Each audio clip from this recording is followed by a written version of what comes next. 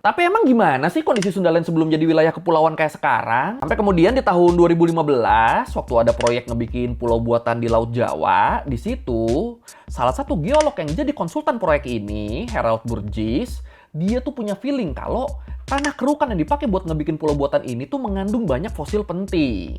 Oh iya, ini tanah kerukannya ini asalnya nih dari Selat Madura ya, deket Tanjung Perak. Dan ternyata dugaan Harold Burgess ini bener loh. Setelah dicek, dia berhasil nemuin lebih dari 6.300 fosil di pulau buatan seluas 100 hektar. Dan dari hasil risetnya, Burgess sama timnya berhasil ngasih gambaran yang lebih jelas soal gimana kehidupan di Sundaland waktu bumi masih di periode glasial, waktu bumi masih ada di zaman es.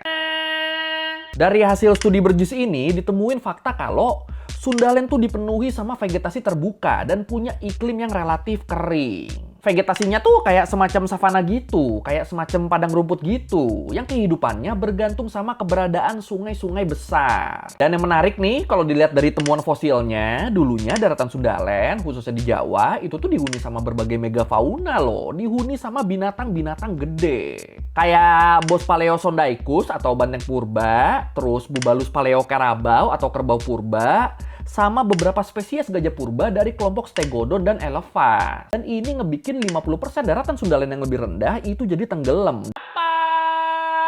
Jadi gini, di jurnal itu disebut waktu mendekati berakhirnya periode glasial, berakhirnya zaman es, ada sekelompok Homo sapiens, sekelompok ras manusia modern yang disebut sebagai orang Negrito. Tapi terus waktu akhirnya zaman es berakhir dan daratan-daratan Sundaland yang dulunya satu tuh mulai kepisah-pisah, di situ orang-orang Negrito yang terjebak di tempatnya masing-masing, mereka akhirnya mulai berevolusi dan ngebentuk ciri fisik yang unik. Dan beberapa keturunan orang Negrito ini sekarang kita kenal sebagai orang Semang di Malaysia, orang Aita di Filipina, sama orang Andaman.